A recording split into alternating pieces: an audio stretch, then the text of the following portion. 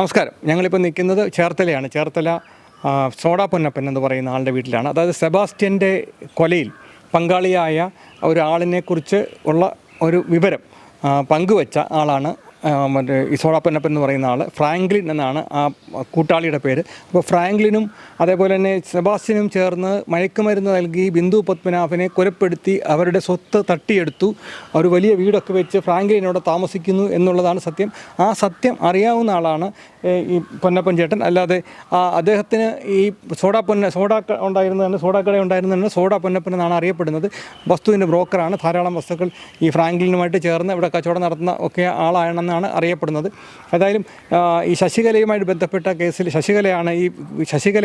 ശശികലയോട് സംസാരിക്കുന്ന ഒരു ഫോൺ സംഭാഷണം ശശികല രഹസ്യമായി ചോർത്തി അത് പോലീസിന് നൽകിയതാണ് ഇപ്പോൾ കേസിന് വഴിത്തിരിവാകുന്നത്. അത് എന്തായാലും ഈ കേസിൻ്റെ കൂടുതൽ അന്വേഷണങ്ങളിലേക്ക് പോലീസ് പൊയ്ക്കൊണ്ടിരിക്കുകയാണ്. ഏതായാലും സോഡ പൊന്നപ്പന് കൃത്യമായി ഈ കാര്യങ്ങളെക്കുറിച്ച് അറിയാം. അദ്ദേഹത്തിനെ ഞങ്ങൾ ഈ വീട്ടിൽ അന്വേഷിച്ചപ്പോൾ അദ്ദേഹം ഈ വീട്ടിലില്ല. അദ്ദേഹത്തിന് എന്തെങ്കിലും പറയാനുണ്ടെങ്കിൽ അത് കേൾക്കാനുള്ള സമനസ്സോടു കൂടിയാണ് ഞങ്ങളോട് നിന്നത്. അപ്പോൾ അദ്ദേഹത്തിന് എന്തെങ്കിലും അദ്ദേഹത്തിൻ്റെതായിട്ടുള്ള പോർഷൻ പറയാനുണ്ടാവുമല്ലോ, അത് പറയാൻ വേണ്ടിയിട്ടാണ് ഞങ്ങളിവിടെ നിന്നത്. അപ്പോൾ ഫോൺ സംഭാഷണം നടത്തുമ്പോൾ അദ്ദേഹം കൃത്യമായി ഈ കാര്യങ്ങളെല്ലാം പറയുകയും ആ ബിന്ദു പത്മനാഭൻ്റെ വസ്തു അടിച്ചെടുത്ത വിവരങ്ങളൊക്കെ അറിയാവുന്ന ആൾ എന്ന നിലയിലുമൊക്കെയാണ് ഇദ്ദേഹത്തിന് ഞങ്ങൾ ഇവിടെ നിൽക്കുന്നത്. എന്തായാലും അദ്ദേഹത്തിന് എന്തെങ്കിലും പറയാനുണ്ടെങ്കിൽ അത് തീർച്ചയായിട്ടും അത് നിങ്ങളുടെ മുന്നിൽ എത്തിക്കാം. കാരണം ഈ വീട്ടിൻ്റെ സംഭവം പറഞ്ഞു കഴിഞ്ഞാൽ വീട്ടിൽ മുത്തശ്ശി മാത്രമേ ഉള്ളൂ. അപ്പോൾ അവർ വയ്യാതെ കിടക്കുകയാണ്. അപ്പോൾ അവർ പറഞ്ഞു വസ്തുവിൻ്റെ കച്ചവടത്തിനായിട്ട് പോയിരിക്കുകയാണെന്ന് പറഞ്ഞു. അതിനും ഈ വാർത്ത കേൾക്കുമ്പോൾ സാധാരണഗതിയിൽ ഒളിവിൽ പോകുമല്ലോ, അത് സ്വാഭാവികമായിട്ടും സംഭവിക്കുന്നതാണല്ലോ. പക്ഷേ പോലീസ് എത്ര ദൂരം അവർ പോകുന്നു എന്നുള്ളത് കണക്കാക്കിയായിരിക്കാം ഇരിക്കുന്നത്. എന്തായാലും അടുത്ത ദിവസങ്ങളിൽ അറിയാം ഇനി എവിടെ ബാംഗ്ലൂരിൽ നിന്നാണോ അതോ ഇവിടെ നിന്ന് തന്നെ പിടിക്കുമോ എന്നുള്ളത്. ഏതായാലും പോലീസ് വലവിരിച്ചിട്ടുണ്ടാകും എന്നൊക്കെ നമുക്ക് ആശ്വസിക്കാം. ഒരു വശം മാത്രം കേട്ടുകൊണ്ടല്ലല്ലോ നമ്മളൊരു വിധി എഴുതേണ്ടത്. അതുകൊണ്ട് തന്നെയാണ് ഞങ്ങൾ ആ ഒരു വശത്തിലേക്കാണ് ഞങ്ങൾ നിൽക്കുന്നത്. ഏതായാലും ഈ തിരോധാന കേസിലെ വലിയ വൻ വഴിത്തിരിവാണ്. ഏതായാലും ശശികല പുറത്തേക്ക് കൊണ്ടുവന്നത് ഒരു വലിയ തെളിവാണ്. ശശികല നേരത്തെ തന്നെ ഈ തെളിവുകൾ പോലീസിന് കൊടുത്തിട്ട് പോലീസ് അതിന് വേണ്ട വില കൊടുത്തില്ല.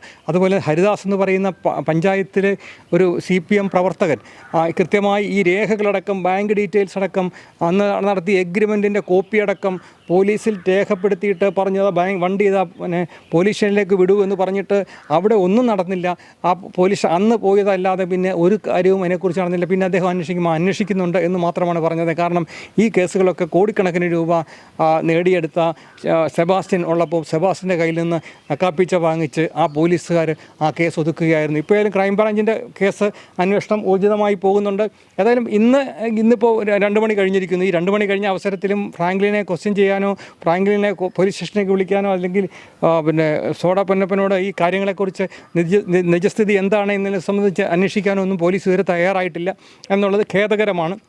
കാരണം ഇവരൊക്കെ ഇവിടുന്ന് മുങ്ങി വേറൊരു സ്ഥലത്ത് പോയി കഴിയുമ്പോൾ പോലീസ് അന്വേഷണവുമായിട്ട് ബന്ധപ്പെട്ട് അതിൻ്റെ പിന്നാലെ പായുന്നതിനേക്കാൾ നല്ലത് ഇവരെ യഥാസമയത്ത് തന്നെ കസ്റ്റഡിയിലെടുത്ത് ക്വസ്റ്റ്യൻ ചെയ്യേണ്ടതാണ് എന്നാണ് നാട്ടുകാരുടെ അഭിപ്രായം. ഏതായാലും ഈ വരുന്ന ദിവസങ്ങളിൽ ഇതുമായി ബന്ധപ്പെട്ട് കൂടുതൽ തെളിവുകൾ പുറത്തേക്ക് വരും.